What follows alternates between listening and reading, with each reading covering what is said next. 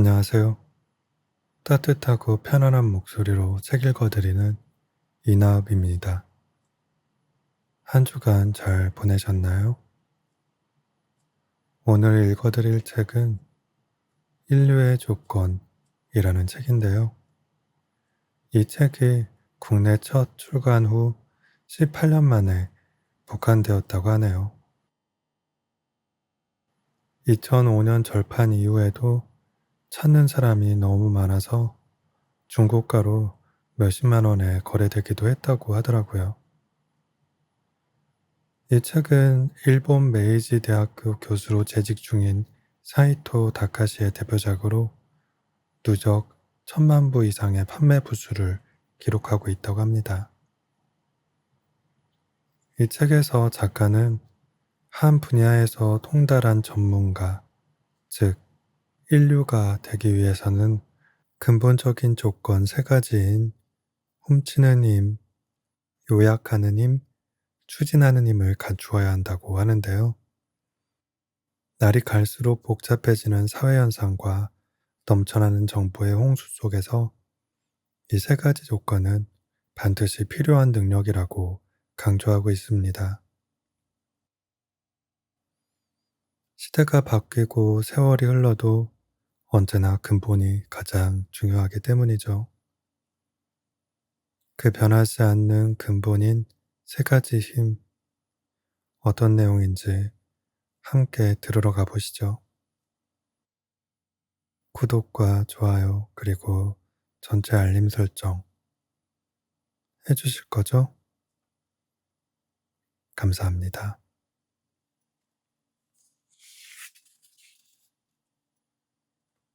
중요도를 의식하라. 이 세 가지 힘과 꾸준한 독서를 연결하는 것이 바로 요약력이다. 요약력은 문과와 이과 계열 모두에게 공통으로 필요한 능력이다. 요약이라고 하면 흔히 몇 페이지쯤 되는 글을 200자 내외로 요약하는 과제를 떠올리기 쉽지만 좀 더 포괄적인 관점으로 요약력을 새롭게 정의할 필요가 있다. 예를 들어 영화 감상을 한 후 다른 사람에게 줄거리나 감상평을 전달하는 것도 요약력에 해당한다. 또한 무도나 예술 분야에서 강조하는 형식 역시 요약력의 결정체다. 다양한 움직임 중 가장 기본이 되는 동작을 통해 전체를 집약적으로 나타낸다. 이것이 바로 형식의 주요 기능이며 현실 속에 존재하는 다채로운 움직임들을 요약하여 담는 것이라고 정의할 수 있다. 이미 문자로 기록한 것을 양적으로 짧게 줄이기만 해서는 요약이라고 말할 수 없다. 영상이나 현실 자체를 요약하는 능력이야말로 한층 고도의 능력이다. 요약력은 그 자체를 꾸준히 의식해야만 향상할 수 있다. 어떤 상황에서든 정확한 요약 능력을 발휘할 수 있으면 상대방과 요점에서 벗어난 대화를 할 위험이 줄어들 뿐 아니라 오히려 효율적인 커뮤니케이션이 가능해진다. 요컨대 요약력이야말로 숙달의 기본인 셈이다. 한 가지 기술에 숙달하려면 자신에게 주어진 과제를 명확히 이해하는 과정이 전제되며 과제의 요지를 엉뚱하게 이해하면 숙달에 이르는 길은 멀어지고 만다. 먼저 복수의 과제 중 중요한 과제를 정확히 파악한다. 다양한 과제를 비교 분석하여 우선순위를 매기고 선정된 과제들을 중요도에 맞게 시간순으로 배치한다.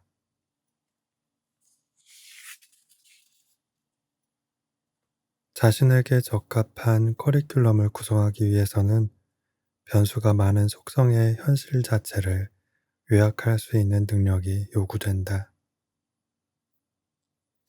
그뿐 아니라 자신에게 할당한 과제와 수많은 과제를 비교 분석하여 우선순위를 매기고 그 자료를 바탕으로 시간적 배열을 해나가야 한다.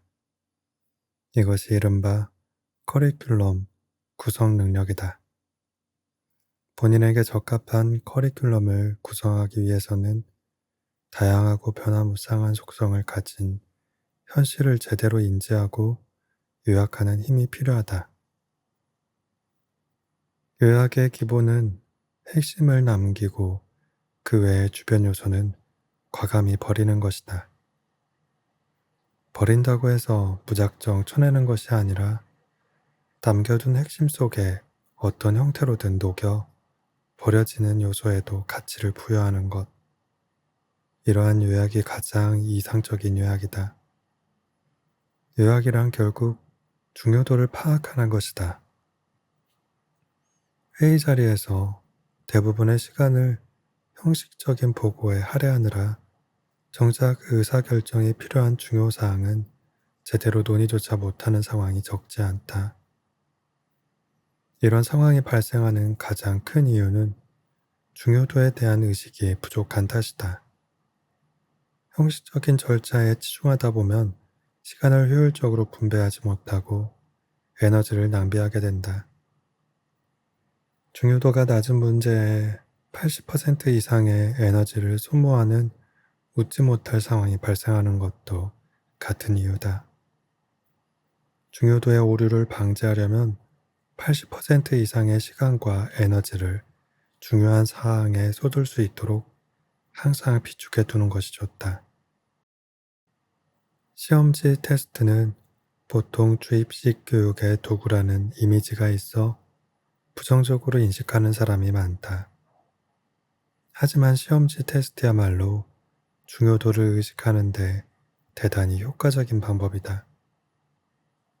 예를 들어 시간과 에너지의 총량을 쉽게 100이라고 가정했을 때 그중 배점이 낮은 문항 20은 전반부에, 배점이 높은 문항 80은 후반부에 배치하는 것이 일반적이다. 실제로 수학에서는 단순 계산 문제와 부담이 큰 증명 문제가, 영어의 경우에는 문법 문제와 작문 독해 문제 등이 이러한 비율로 구성된다. 가령 입선밖에 되지 않는 전반부 문제에 80% 이상의 에너지를 쏟는 사람과 80점 배점 문제에 80%의 에너지를 쓰는 사람이 있다고 가정할 때 후자의 경우가 더 바람직한 접근이라는 점에는 이견이 없을 것이다.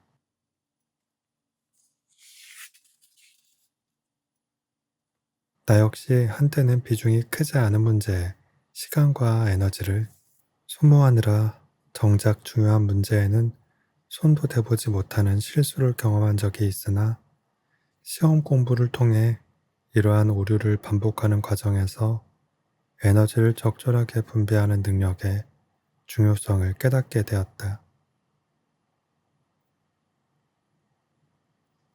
요약하는 힘의 기본. 물론 시험은 출제자가 미리 배점을 정해놓는다는 점에서 현실 사회와 근본적으로 차이가 있다. 실제 업무, 회의 등에서는 대체 중요도를 어떻게 배치해야 좋을지 애매한 상황이 비일비재하다. 그뿐 아니라 무엇을 결정하기 위한 회의인지조차 명확하지 않은 상태로 회의가 시작되는 경우도 허다하다. 그럴 때는 결국 회의를 위한 회의로 끝나며 참석자들 모두의 시간과 에너지를 허비하게 만든다. 80% 이상의 중요도를 차지하고 있는 주제가 일정 수준의 결정에 도달하는 것, 그리고 그 부분에 에너지를 집중하는 것. 이는 당연한 듯 들리지만 실제로는 지켜지지 않는 경우가 상당히 많다. 때로는 형식적인 회의 진행에 얽매여 본질을 놓치는 진행자들의 운영 방식이 이런 결과를 낳기도 한다. 기본적으로 회의에서 반드시 결정해야 할 사항을 사전에 명시하고 그 결정에 관련된 내용 안에서 효율적인 질의응답이 이루어지도록 운용하는 것이 바람직하다.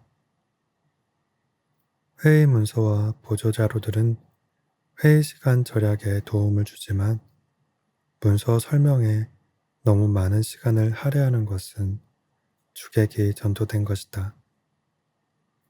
회의 자료를 훑어보며 요지를 파악하는 일은 회의 참석자 각자가 회의에 참여함과 동시에 소화해야 하는 기본적인 부분이다. 회의에 참여하면서 자료에서 요지를 파악하는 작업을 평행하게 해내지 못하는 사람은 요약력을 기르는 연습이 부족하다는 뜻이다. 이미 친절하게 정리된 보고 내용에서 요지를 파악하지 못하는 한 사람을 위해 다시 자료를 구구절절 설명하는 일은 모두의 시간과 에너지를 얼마나 소모하는 일인가.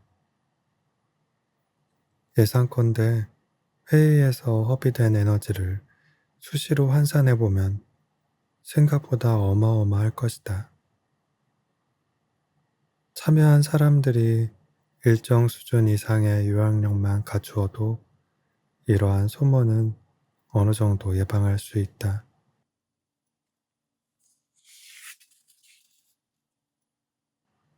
반면 원활한 회의 진행을 방해하는 주체가 상사나 고객 등 주도권을 가진 사람일 경우는 소모적인 상황이 와도 조율하기가 어렵다.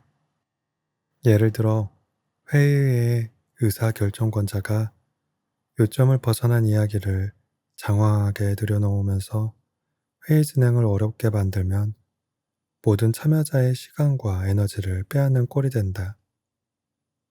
그러므로 의사결정권을 가진 자리에 있는 사람일수록 요약력이 더욱 절실히 요구된다. 요약력의 기본은 80% 이상의 가치를 지닌 사항을 정확하게 찾아내는 습관이다.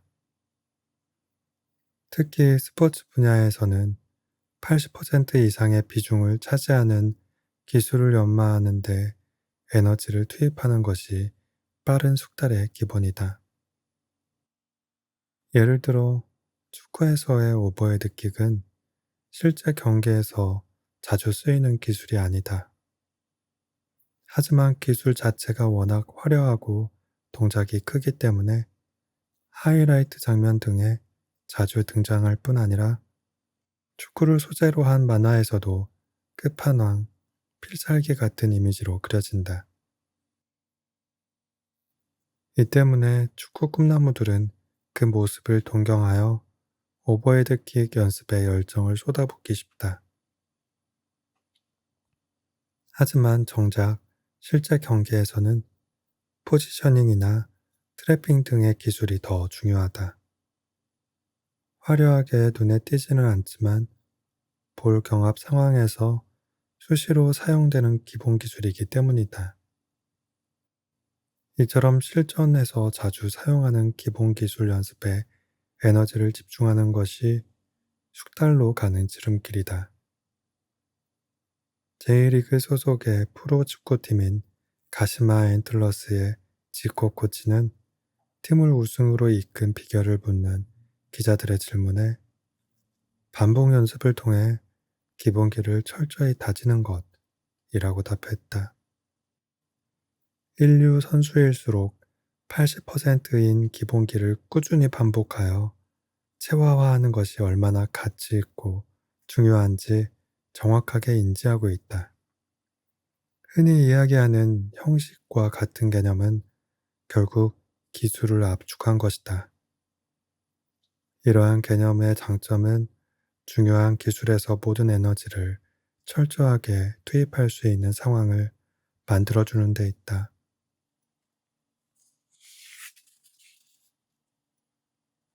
적당히 분배하는 것이 아니라 가장 중요한 기술에만 에너지를 집중하는 철저한 태도야말로 형식과 기술을 동시에 얻을 수 있는 해답이다. 이 기본 기술은 알고는 있다거나 이해를 하기는 한다거나 또는 대충 할 수 있을 것 같다라는 정도로는 도저히 평가할 수 없다. 오로지 언제든지 확실하게 재현할 수 있다는 자세만이 진정한 의미에서의 기술이다.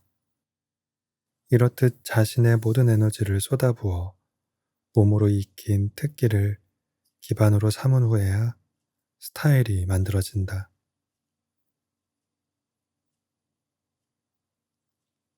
2대8 공식. 전체의 80%에 해당하는 중요 부분을 정확하게 파악하는 연습에는 단시간 안에 많은 책을 읽고 그 내용을 요약하는 훈련이 유효하다.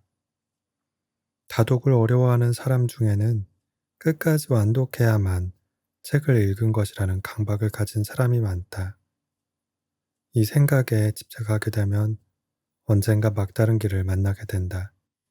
끝까지 읽어내는 것만이 독서는 아니다 라는 생각을 전제로 책 읽기를 습관화하면 의외로 손쉽게 많은 양의 책을 흡수할 수 있다. 동시에 10권, 20권도 가능하다. 이렇게 대량으로 책을 읽는 것이 불가능한 것처럼 보이지만 익숙해지면 그리 어려운 일도 아니다. 소설은 예외일 수 있지만 책에는 보통 요지가 있다. 요약력을 기르기 위해 책 전체의 내용의 20%를 읽고 나머지 80%를 유추하는 연습을 하는 경우가 있는데 이는 상당히 효과적인 방법이다. 예를 들어 200쪽의 분량의 책을 10%나 20%, 그러니까 20쪽에서 40쪽 정도만 읽고 나머지 80%를 유추하여 책의 요지를 파악하는 훈련이다. 이른바 2대8 공식 과제다. 물론 세상의 모든 책이 2대8 공식에 부합한다고 단정할 수는 없다. 하지만 그렇다고 해서 처음부터 끝까지 동일한 비중을 유지하며 요지를 분산 배치하기도 쉽지 않다. 어쩌면 책 자체가 스스로 중요도를 조절하는 것인지도 모를 일이다. 책의 앞부분을 20% 정도 읽는다는 고정관념으로 읽기 시작했는데 알고 보니 중요한 이야기가 후반부에 집중해 있으면 낭패다. 보통 책을 처음 잡으면 목차와 서문, 후기 등을 훑어보며 내용을 가늠한다. 그러나 해당 부분만으로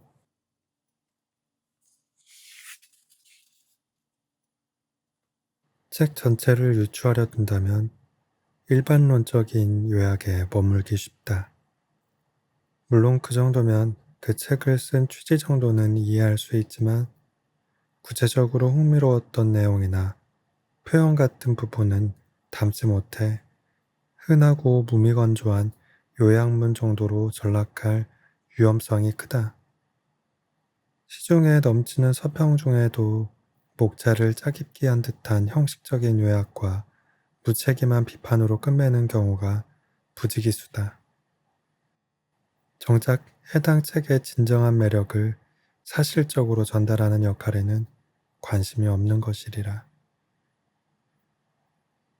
이 책은 이 부분만 제대로 읽으면 나머지 80%는 읽은 것과 마찬가지다 라고 말할 수 있을 만큼 핵심적인 20%를 발췌하는 것이 요약의 포인트다.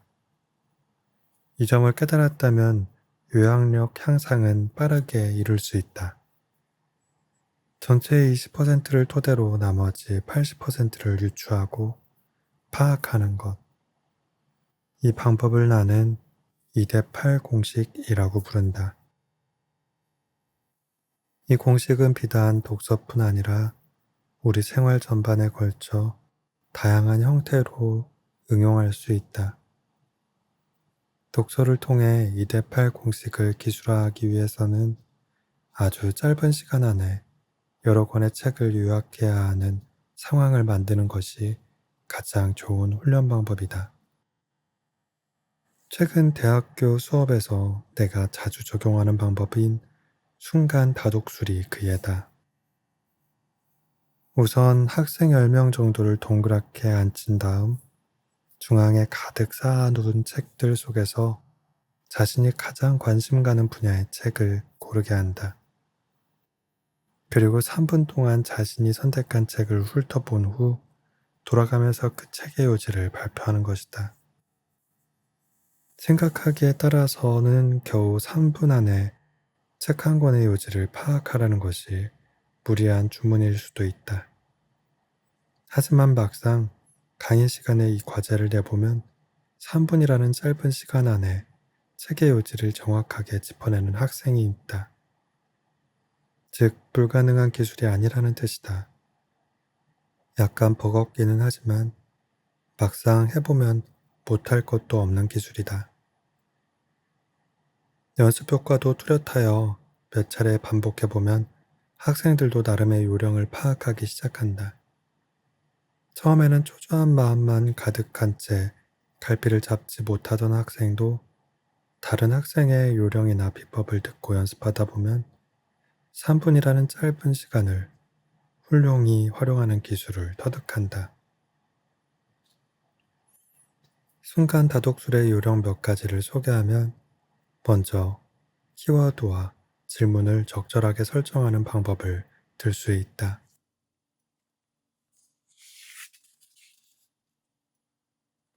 언뜻 보면 그저 책을 팔랑팔랑 뒤적이는 것처럼 보이지만 그러면서 책의 요지를 정확하게 파악하는 사람이 있다.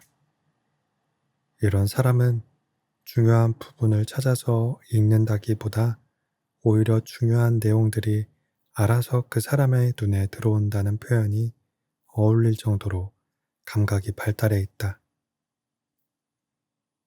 그렇다고 해서 그것을 신비로운 능력이라고 거창하게 볼 일은 아니다. 평소 자신의 관심사나 주제 또는 키워드를 명확히 해두면 그 자체가 하나의 거대한 자석이 되어 그와 링크되는 말들이 저절로 달라붙는 이치다. 그 자석은 나무 형태를 띠는 것이 가장 이상적이다.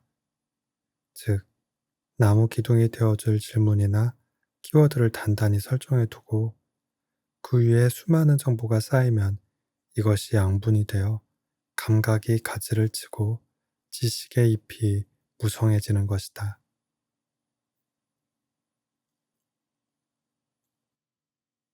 관심으로 이루어진 자석을 만들어라. 나무 모양의 관심 자석을 자기 안에 심기 위해서는 스스로 상황을 설정하는 것도 좋은 방법이다.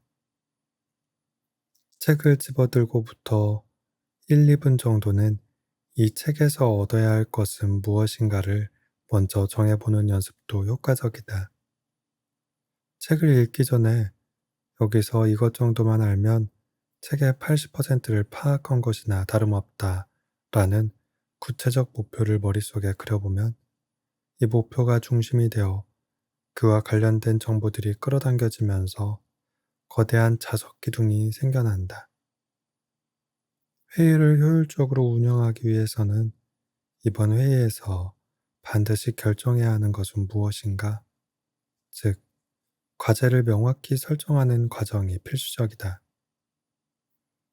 마찬가지로 효율적인 독서를 하기 위해서는 이 책에서 얻고 싶은 것은 무엇인가를 어렴풋하게나마 정해보는 과정이 필요하다.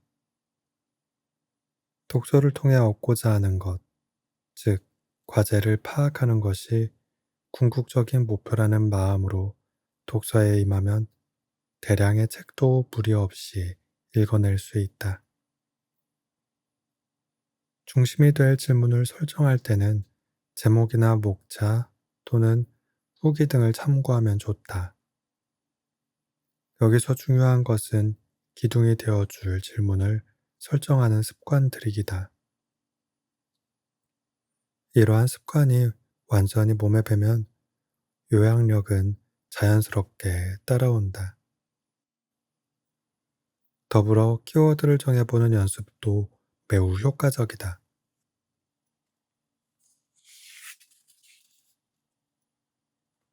책을 읽기에 앞서 키워드를 3개 정도 생각해두면 책을 대충 넘기며 읽어도 그 단어들이 눈에 쏙쏙 들어올 것이다. 그리고 해당 키워드들을 중심으로 앞뒤 문맥을 파악해 가다 보면 이전까지 제각각이었던 정보들이 하나로 모여들어 단단한 기둥을 이루게 된다.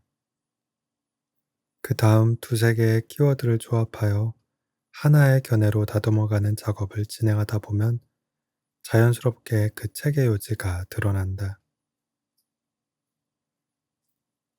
키워드 간의 연관성을 명확히 파악한다는 마음으로 책장을 넘기면 막연하던 내용들이 효과적인 정보로 탈바꿈하여 자신 속에 남는다. 이때 키워드는 나무 자석의 굵은 가지와 같은 역할을 한다. 키워드가 저절로 당신의 눈 속으로 들어오게 만드는 데는 책장을 넘기다가 원하는 키워드가 등장하면 그때마다 동그라미 표시를 해두는 연습이 효과적이다.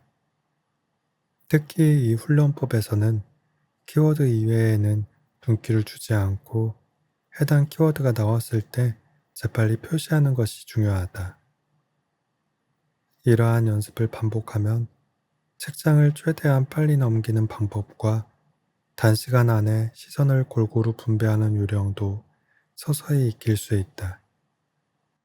키워드에 재빨리 표시하는 습관을 들이면 이후 다시 읽을 때도 그 부분이 단서가 되어 내용을 더욱 깊이 이해할 수 있다. 키워드를 효과적으로 설정하려면 물론 숙련 과정이 필요하다. 키워드를 명확하게 설정하는 것도 하나의 기술임을 인식하고 의식적으로 노력해야 능숙해질 수 있다. 하지만 앞서 이야기한 대량의 문서나 책을 단시간 안에 처리해야 하는 상황을 일상에서 만나기란 쉽지 않다. 그러므로 순간 다독수를 연습할 기회는 의지로 만들어야 한다. 본인이 의식적으로 그러한 상황을 만들어서 연습에 집중하는 것이 많은 양의 책을 읽고 요지를 파악하는 기술 습득을 위한 전제 조건인 셈이다. 이 기술을 확실하게 익히면 서점이나 중고 책방에서 10분, 20분 만에 10권 이상의 책을 독파할 수 있다. 책을 사지 않고도 10권이나 되는 책을 읽고 내용까지 충분히 파악할 수 있다니 이 얼마나 경제적인가. 쓱 훑어본 책들 가운데 시간을 들여 꼼꼼히 읽고 싶은 책이 있다면 해당 책만 골라 구매하면 된다. 이렇게 순간 다독수를 완전하게 몸에 익히면 서점가를 한번 순례하는 것만으로도 상당한 지식과 정보를 얻을 수 있다.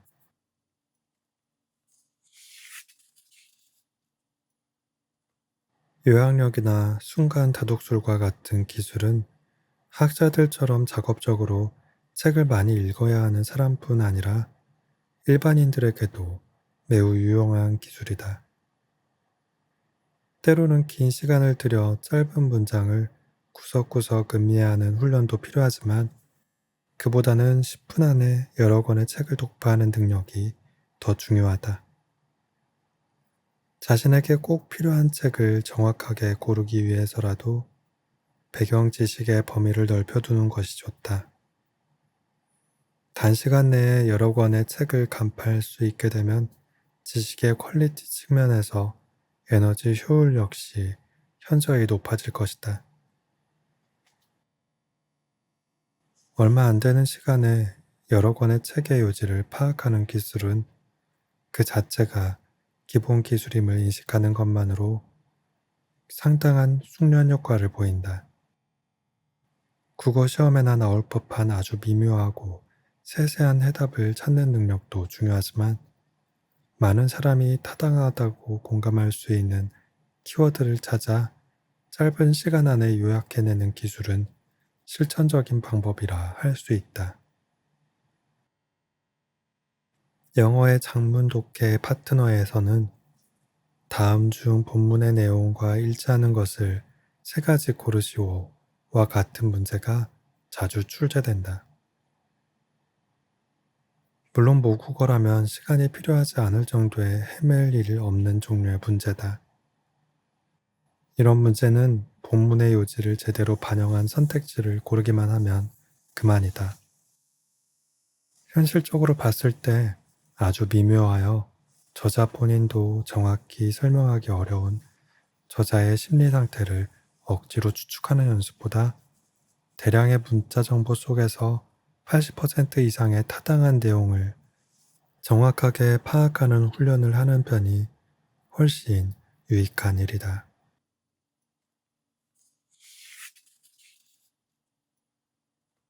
나무타기의 달인. 이 책에서 중심적으로 살펴보려는 주제는 특정한 사항에만 해당하는 단편적인 방법이 아니라 다양한 영역에 공통으로 존재하는 숙달의 보편적 원리다. 중세 일본에는 숙달의 보편적 원리에 관해 예리한 안목을 가진 인물이 있었으니 바로 수필집 스레스레 구사의 저자인 요시다 겐코다.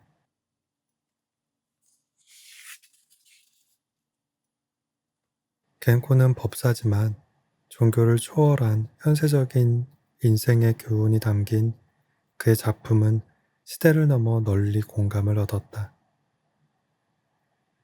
스레즈라 구사에서는 숙달의 보편적 원리와 관련된 내용이 다수 등장한다. 겐코는 이 책에서 어느 분야든 숙달의 경지에 이른 달인들이 가진 공통 인식에 주목했다. 책 속 유명한 일화 가운데 하나인 나무타기 달인 이야기를 살펴보자. 나무타기의 달인으로 불리는 사람이 한 사내에게 나무 위로 올라가 가지를 꺾어오게 시켰다. 그 지시를 받고 나무를 타기 시작한 사내는 제일 높은 곳까지 올라갔고 아슬아슬 위험한 상황에서는 한마디도 하지 않던 나무타기 달인이 그 사내가 지붕 높이 정도로 내려오자 그제야 조심해야 한다. 발 헛디디지 말고 라며 주의를 주었다. 한없이 위험한 상황일 때는 별다른 조언도 없이 지켜만 보다 풀쩍 뛰어내려도 그리 위험하지 않을 것 같은 높이까지 내려와서야 상대에게 주의를 주는 것을 이상하게 본 마을 사람들이 그 이유를 물었다. 달인이 답하기를 눈이 핑핑 돌 정도로 위험한 상황에서는 굳이 주의를 주지 않아도 본인이 알아서 조심합니다. 실수라는 것은 안전하다고 마음을 놓는 순간 저지르기 마련입니다. 라고 대답했다. 이 일화를 들은 겐코는 그 나무타기 달인이 평범한 제주꾼에 불과하지만 성인의 버금가는 깨달음을 가진 사람이라며 그의 가르침에 감탄했다. 그는 공차기 놀이인 개마리에서도 마찬가지라고 말한다. 까다로운 공은 무사히 넘기고 오히려 쉽다고 생각하는 공은 헛발질하거나 떨어뜨리기 쉽다는 말을 덧붙이며 건넘지 않는 성실함에 관해 강조한다. 그도 그럴 것이 누구나 본인 스스로 한창 주의력이 높아져 있을 때는 실수하는 일이 드물다. 하지만 별것 아니라는 마음으로 잠시 방심하거나 한눈을 파는 순간 실수를 저지르거나 사고를 일으키기 쉽다. 이러한 원리는 나무타기나 공차기에도 해당하는 내용이며 겐코는 이처럼 숙달과 관련된 사항에는 민감하게 반응했다. 110단에서는 주사위 게임의 일종인 쌍육지기의 달인에 관한 이야기가 나온다.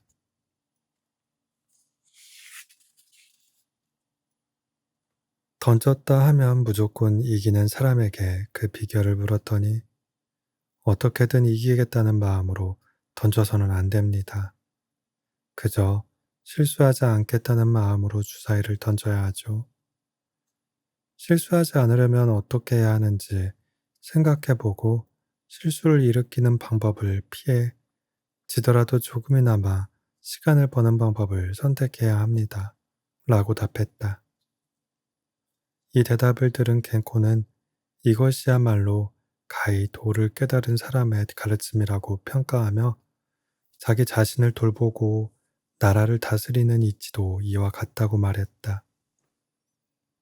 여기에서 주목해야 할 점은 달인이라 불리는 사람들에게 적극적으로 그 요령과 비법을 묻는 겐코의 습관이다. 겐코는 각 영역에서 달인의 경지에 이른 사람들이 터득한 숙달의 비결에는 영역 불문의 공통점이 있기 마련이라는 확신을 가졌던 것으로 보인다. 여기서 흥미로운 점은 겐코가 바둑이나 쌍용놀이에 빠져 하루하루를 무의미하게 보내는 일을 페륜에 비유한 만큼 있을 수 없는 대역죄라고 단지하면서도 다른 한편으로는 쌍육지기의 달인의 말에서도 돌을 발견한다는 점이다.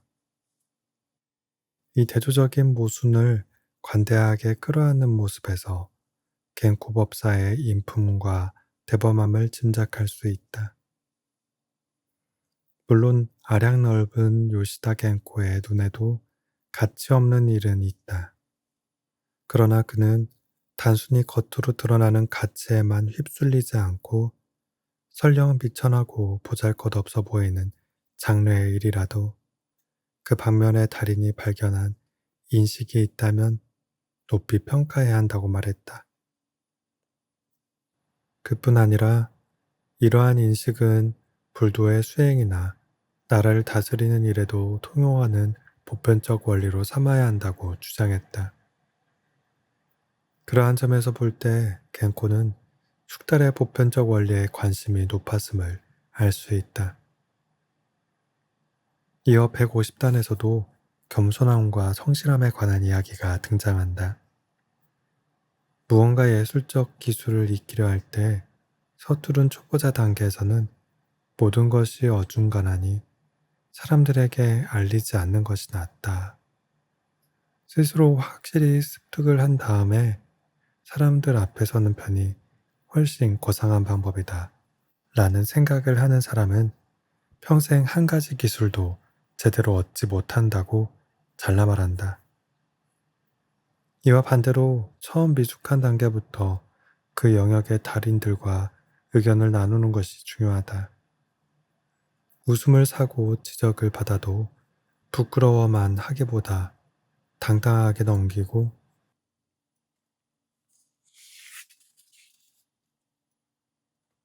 꾸준히 노력하는 사람은 비록 타고난 소질은 없어도 자기 멋대로 엉뚱한 기술을 습득하는 우를 방지할 수 있다.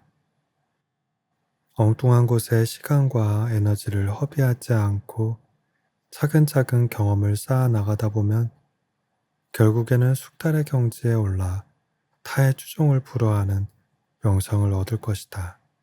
라는 말도 덧붙인다. 여기서 겐코가 이야기하려고 하는 것은 첫째, 부끄러워하지 말고 달인들 속에 뛰어들어 배움을 실천할 것. 둘째, 중도에서 곁길로 새지 않고 끝까지 지속할 것. 이 두 가지다. 그는 제멋대로 행동하지 않고 법도를 올바르게 지키면 만인의 스승이 될 수 있다. 이는 모든 도에 공통하는 것이라고 말한다. 겐코 역시 다양한 예도를 관통하는 보편적 원리를 깊이 탐구하고 있다.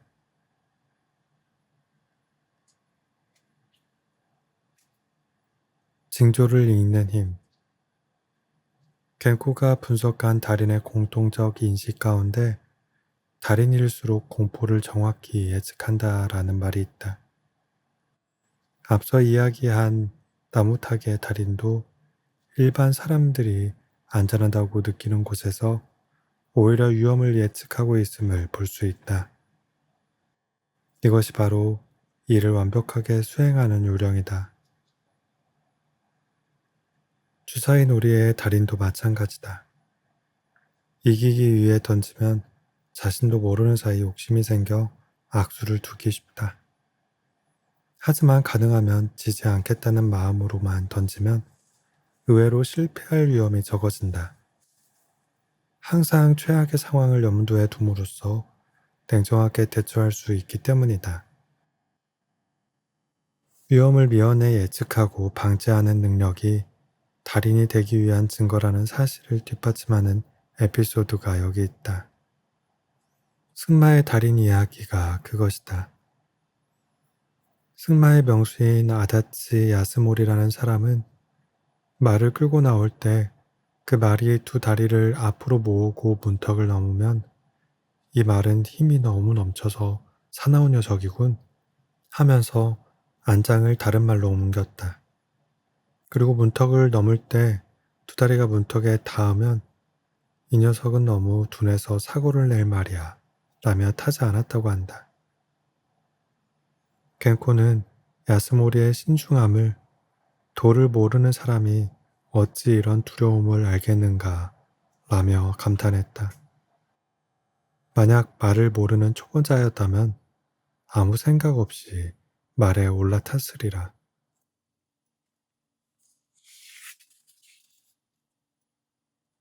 아주 사소한 점에서도 실패의 징조를 감지하고 찾아내는 능력. 겐코는 이것이 바로 달인의 힘이라고 강조한다. 그리고 126단 도박꾼 이야기에서는 도박의 달인이 이런 말을 한다. 도박할 때 계속 치다가 마지막에 필사적으로 모든 것을 쏟아부으려는 사람과는 승부를 겨루지 않는 것이 좋다. 이는 상대가 당신을 내리꺾을 때가 가까워졌다는 뜻이기 때문이다. 때를 아는 것이야말로 실력이 있는 도박꾼의 필수 요건이다. 라는 이야기가 실려 있다. 도박꾼에도 고수와 하수가 있다. 겐코는 같은 도박꾼이라도 고수에게는 배울 것이 있다고 역설한다. 흐름을 정확하게 파악하고 냉정하게 대처하는 판단력은 경험을 통해서만 쌓을 수 있다.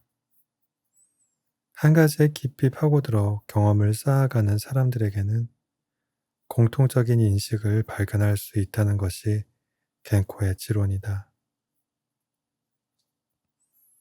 숙달의 해답은 의식을 또렷하게 집중하는 데 있다. 이것을 겐코는 두 가지 면에서 조언한다. 그 하나는 지금 하려고 하는 일을 또렷이 인식해 나가는 것이다. 스레즈레 구사 92단에서 해당 내용이 등장한다. 활쏘기를 배우던 사람이 어느 날 화살 두 개를 손에 쥐고 관역을 겨누고 있었다. 이를 지켜보던 스승이 이렇게 말했다. 초보자는 화살 두 개를 동시에 쥐어서는 안 된다. 두 번째 화살을 빗고 첫 번째 화살을 성의 없게 쏘기 때문이다. 항상 자신에게는 한 개의 화살밖에 없다고 생각하는 것이 옳다. 스승이 추구하는 것은 제자가 생각하는 의식 집중보다 훨씬 높은 차원의 집중이다. 물론 제자에게는 첫 번째 화살을 소홀히 쏠 생각이 없었는지도 모른다. 그러나 초보자의 경우 믿는 구석이 생기면 오로지 화살 한 개밖에 없다는 생각으로 임할 때만큼의 몰입을 경험하기 어렵다. 자신도 의식하지 못하는 사이에 다른 화살 하나를 믿고 마음이 소홀해지기 때문이다. 겐코는 나태한 자 본인은 아무것도 느껴지지 못할지라도 그의 스승은 이미 알고 있으리니 라고 했다. 본인 스스로 알아채지 못하는 사이 의식 집중이 흐트러져 중도에 포기하려는 제자의 태도를 예리하게 꼬집고 그가 고차원적인 의식 집중을 지속할 수 있도록 돕는 것이 스승의 참된 역할이다. 물론 기술 그 자체를 가르치는 일도 중요하지만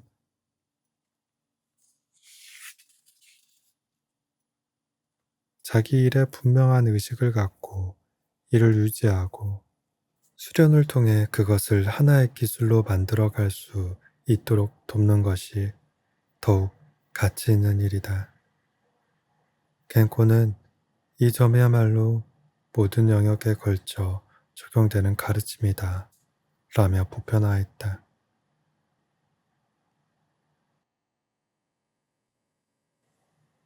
나는 고등학교 시절 이 글을 우연히 접하게 되었는데 그 당시 무척 깊이 감명받았다. 마침 그 당시 내가 흠뻑 빠져있던 테니스에는 서비스를 2개 넣을 수 있다는 룰이 있었다. 나는 이 글을 읽으며 말 그대로 등한시하는 마음이 파고들어 위기를 맞았던 경험이 떠올라 어리석음에 통감했다. 이 글을 읽은 뒤부터는 시합에 임할 때 첫 번째 서브 단 하나의 기회만 있다는 생각으로 공 하나에만 집중하도록 연습했다. 물론 한순간에 극적인 효과를 볼 수는 없었지만 나에게 스레스레 구사한 보편적 숙달론의 교과서와 같은 존재임이 분명했다.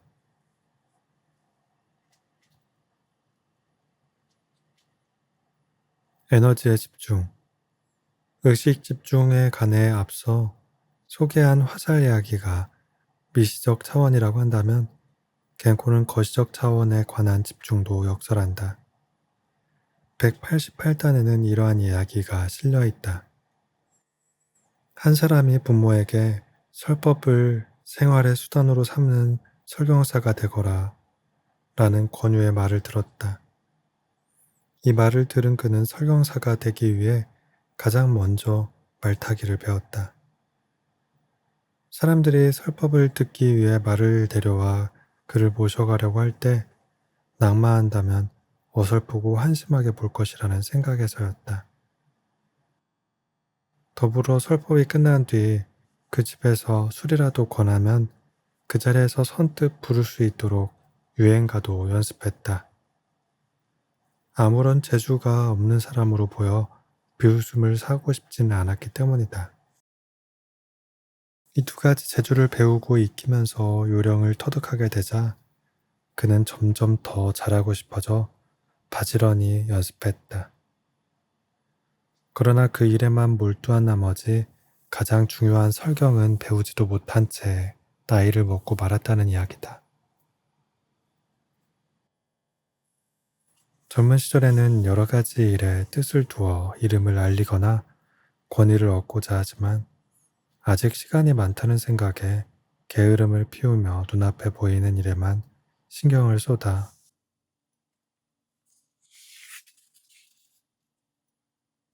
세월을 허비하기 쉽다. 그러다 보면 정작 어느 것 하나에도 숙달에 이르지 못한 채 속절없이 늙어가는 것이다. 이런 상황을 가파른 고갯길을 내달리는 수레바퀴에 빗댄 것은 대단히 강렬하면서 인상 깊은 표현이다. 요컨대 여기서 겐코가 말하는 것은 에너지를 적당히 분배하거나 분산하는 것이 아니라 의식의 집중이다. 일생을 통해 반드시 실현하고 싶은 바람들 가운데 어느 것이 가장 간절한지 비교해보고 그중 한 가지를 정했다면 그 외의 모든 일들은 배제하고 오로지 그 일에만 몰두해야 한다고 단호히 말한다. 한 가지 일을 반드시 이루고야 말겠다고 결심했다면 그 밖의 일이 부족해지는 것에 상처받을 필요도 사람들 반응에 일일이 신경 쓸 필요도 없다. 만사에 관심을 두고 마음을 써서는 한 가지 큰 일을 이룰 수 없다. 이 말은 도겐이 정법 안장 수문기에 기록한 마음을 끊어내지 않으면 생각한 일은 절대 이루지 못하리니 와도 상용하는 말이다. 이 말을 알게 된 것은 마침 내가 입시 준비를 할 때였다. 나는 이 말을 내 나름 단일화라는 콘셉트로 해석하고 받아들였다.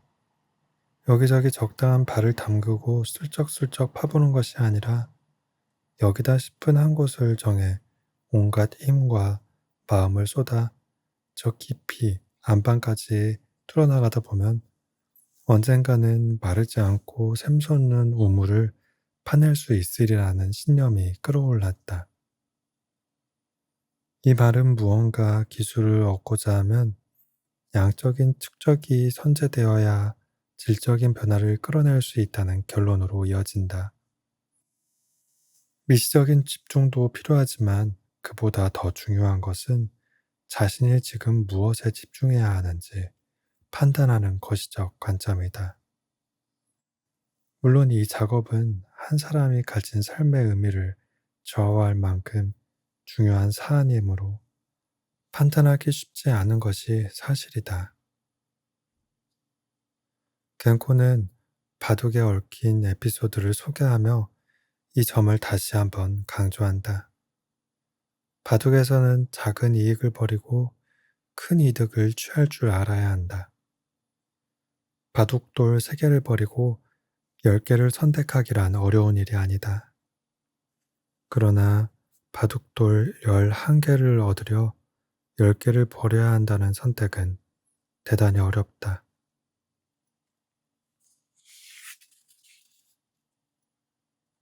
버려야 하는 바둑돌이 많아질수록 아깝다는 생각이 더욱 강해지기 때문이다. 하지만 겐코는 더 큰 것을 얻기 위해서는 작은 것을 과감히 버릴 줄 아는 거시적 관점이야말로 한 사람의 인생을 좌우하는 강력한 무기임을 강조했다.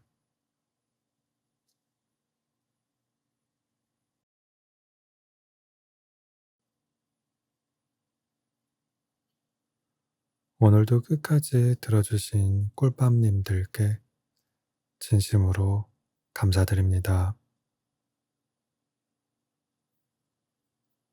굿나잇.